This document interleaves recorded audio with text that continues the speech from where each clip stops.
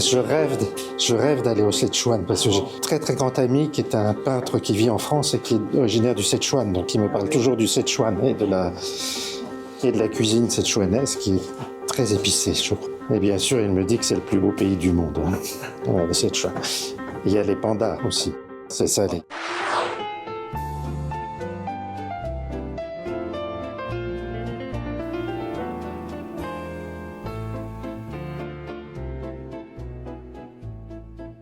Bonjour, je suis Gérard Audinet, directeur de la maison de Victor Hugo à Paris, ici à Guernesey, parce qu'il y a peut-être deux maisons. Nous sommes dans l'appartement que Victor Hugo a habité de 1832 à 1848. Il a écrit des pièces de théâtre, des recueils de poésie et la première version des Misérables aussi.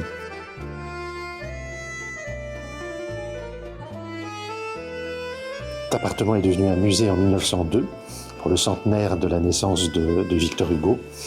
Il a été transformé dans un appartement qui en fait raconte la vie de Victor Hugo à travers des ambiances décoratives, mais avec des objets qui lui ont appartenu, des portraits de famille et des peintures qui illustrent ses écrits.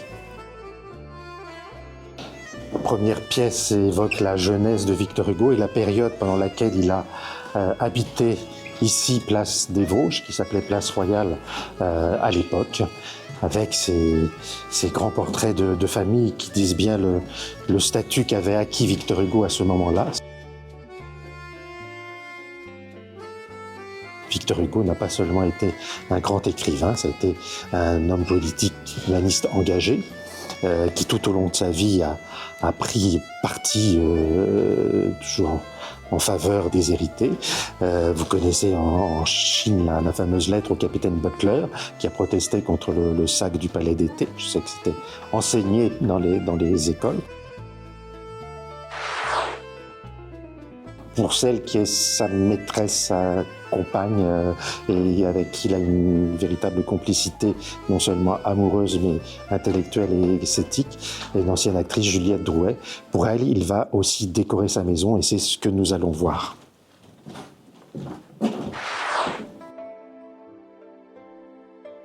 Alors nous sommes ici dans une pièce que l'on appelle, pour faire court, le salon chinois, parce qu'elle est décorée effectivement dans le goût chinois, mais elle est décorée par Victor Hugo lui-même.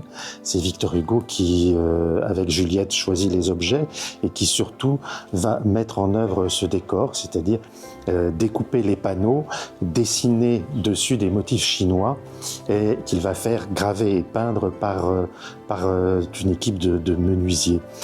On voit qu'il s'inspire en fait de l'art chinois du lac, dont on a deux panneaux, c'est-à-dire du lac gravé et peint. Il adapte cette technique pour lui et il va dessiner tous ces panneaux. Alors en fait, il joue vraiment à être un artiste chinois ici, puisque tous ces motifs, il va les prendre soit sur des porcelaines, soit sur des meubles en lac, soit sur des broderies qu'il a, ou sur ses stores en bambou. Peint chinois qu'il utilise, dont il remplit les panneaux découpés. Il fait tout cela pour Juliette Drouet et elle aime ce qu'on appelait à l'époque la chinoiserie, c'est-à-dire l'art chinois qu'elle aimait collectionner à travers toutes ces porcelaines, ces céramiques. Et il y a tout un jeu de relations amoureuses entre Victor Hugo et Juliette Drouet. Il met beaucoup son monogramme, c'est son initiale VH pour Victor Hugo. C'est une façon de dire à Juliette qu'ils partagent la même maison commune. Et ici, le panneau le plus amusant qu'il fait pour ce VH, c'est avec cet acrobate chinois qui est en équilibre sur une chaise et dont l'ombre portée ses jambes dessine un V et puis la chaise dessine le H. Donc on a le VH de Victor Hugo. Et voilà, ici on a un autre panneau qui fait directement aussi allusion à Chine avec un nom qui est marqué Shuzan, comme on transcrivait à l'époque les caractères chinois par mots de 3 lettres en français, c'était l'usage. Alors je ne pense pas que Shuzan veuille dire quelque chose en chinois. C'est une allusion à Suzanne, qui est un prénom français, qui était le prénom de la cuisinière de Juliette Drouet. Et donc c'est en fait Victor Hugo lui-même qui se représente ici comme lettré, se régalant de la cuisine de Suzanne. On voit donc Victor Hugo s'amuse avec beaucoup d'humour à manier tous ces signes ces images chinoises qu'il met vraiment en scène dans un espace total, puisque Victor Hugo, quand il est décorateur, décore absolument tout. C'est-à-dire non seulement les murs, mais aussi le sol et le plafond, parce qu'en fait, au plafond, on retrouve aussi des panneaux découpés et des stores en bambou chinois. Victor Hugo a copié des motifs chinois. Alors, l'art décoratif chinois a toujours été à la mode en France, surtout depuis le XVIIIe siècle. Donc on trouvait beaucoup d'objets, alors beaucoup de porcelaine d'exportation venant de Canton, d'autres, parfois des choses plus sophistiquées comme les porcelaines blanches. C'était un goût assez courant de s'intéresser à ces objets. Et après, Victor Hugo ne s'y intéresse pas en collectionneur, il n'est pas un collectionneur, il s'y intéresse en poète. Donc il aime quand même l'étrangeté, la bizarrerie de ses dessins, de ses formes, de ces canons esthétiques qui ne sont pas ceux de l'art occidental, donc ça lui paraît très curieux et ça entraîne sa rêverie.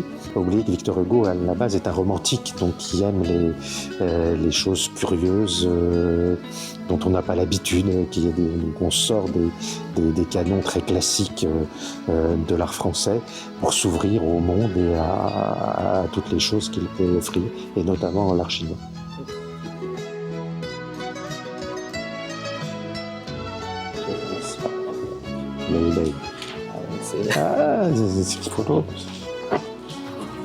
C'est aussi des pandas, très joli panda avec plein de pandas, plein de téléspectateurs, en particulier du Sichuan, qui est une région que je rêve de visiter. Vous souhaitez la bienvenue à Paris et à la maison de Victor Hugo.